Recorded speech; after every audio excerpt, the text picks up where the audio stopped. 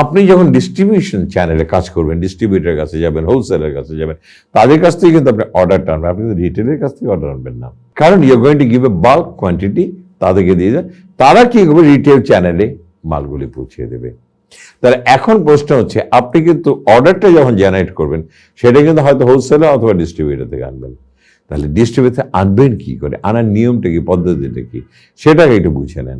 আমি যখন ফিলিপসে ছিলাম তখন আমি কি করেছি, আমি যখন সিলেটে গেছি বা সিলেট ইলেকট্রিক বলেন,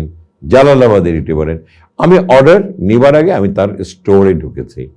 স্টোরে ঢুকে দেখেছি কি কি মাল তার আছে আর কি কি মাল তার নাই, এই জিনিসটা আমি তাকে ভালো করে দেখেছি। এরপর দোকানে এসে শেলফ স্পেসটা দেখেছি। এখন আমার কাছে কিন্তু চার্ট আছে যে প্রতি মাসে বছরের আমাদের কিন্তু সিজনাল ফ্যাক্টর আছে, প্রতিটা প্রোডাক্টের সিজনাল, এই সিজনে গত বছর আমি কত বিক্রি করেছি, তাহলে এই বছর আরো যদি বেশি করি তাহলে তার ওই যে ওয়্যার হাউসে কত কম আছে সেইটাও নিলাম, তার শেলফ স্পেসে কত আছে, এবং মালিকের সাথে কথা বলে আমি অর্ডারটাকে জেনারেট করলাম যেন কমতি না হয়, কারণ শর্ট পড়লেই কিন্তু আমার কম্পিটিটর মার্কেট নিয়ে নেবে। And that is the reason why you must be very clever